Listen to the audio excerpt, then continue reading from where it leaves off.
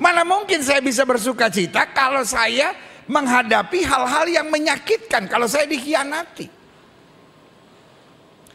Tetapi izinkan saya menjelaskan buat saudara, di akhir zaman pengkhianatan biasa. Orang-orang baperan gak laku. Orang-orang apa? Baperan tidak laku. Pertanyaan saya, cuman saudara yang dikhianati? Buat saudara-saudara yang sedang sakit hati dikhianati, saya mau tanya, cuma saudara yang dikhianati?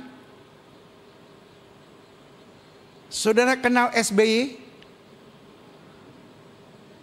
Mantan presiden, anaknya ketua partai. Berapa hari yang lalu saya nonton, sedih sekali dia. Karena apa? Merasa dikhianati. Tapi sorry untuk bilang, ini zaman sekarang orang pintar bilang ini zaman postmodern atau post truth. Sehingga zaman sekarang saudara sakit hati karena pengkhianatan, karena merasa dikhianati. Pertanyaan saya, pengkhianatnya merasa nggak mengkhianati saudara? Enggak. Karena zaman sekarang yang paling penting adalah pencapaian. Zaman sekarang yang paling penting adalah apa? Pencapaian. Zaman dulu yang paling penting katanya adalah integritas. Pertanyaan saya, firman Tuhan berubah enggak? Anak Tuhan tetap percaya, tetap berintegritas. Bilang sama sebelah saudara, jangan jadi pengkhianat. Tapi pengkhianat sekarang sedang tidak merasa bersalah. Pengkhianat sekarang sedang merayakan pesta kemenangan. Jadi kita mesti belajar dari dua-duanya. Di satu sisi kita belajar, kita harus tetap berintegritas. Sama-sama bilang sama saya tetap harus berintegritas.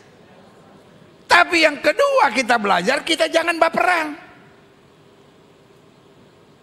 Jadi kalau sudah dikhianati, tersenyumlah dan berkata, Allahku merubah kutuk menjadi berkat, merubah air mata menjadi kemenangan yang luar biasa. Berikan tepuk tangan yang meriah buat Tuhan. Amin.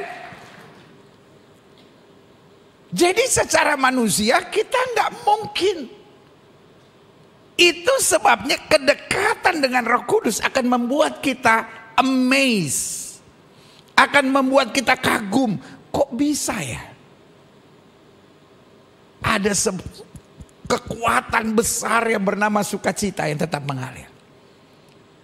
Kalau sudah disakiti dan terluka, berontak, kecewa, maaf, bukan coba menghakimi, tapi saya coba mempertanyakan. Mari kita tanya sama diri kita sendiri. Sudahkah hubungan kita dengan Tuhan itu baik?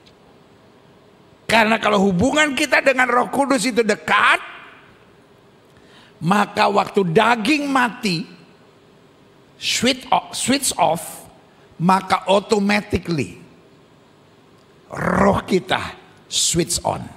Amin. Kalau saudara punya apa itu namanya genset otomatis, waktu PLN mati, maka otomatis genset akan nyala. Kalau saudara nggak punya genset otomatis tetap sama. Kalau PLN mati, saudara pergi ke genset, saudara mulai nyalain genset saudara. Waktu genset nyala, maka semuanya kembali menyala. As simple as that. Begitupun kita. Mungkin kita punya nggak otomatis. Ada orang yang udah dekat sama Roh Kudus, otomatis banget. Waktu sakit hati, dia masuk hadirat Tuhan, otomatis ada sukacita yang mengalir. Kalau kita mungkin butuh 2 hari dulu. Karena genset kita masih manual. Tanya sama sebelah saudara, otomatis atau manual? Mungkin sebelah saudara bilang, gue gak punya genset. Genset di rumah boleh nggak punya, tetapi genset Roh Kudus di hati kita harus tetap menyala.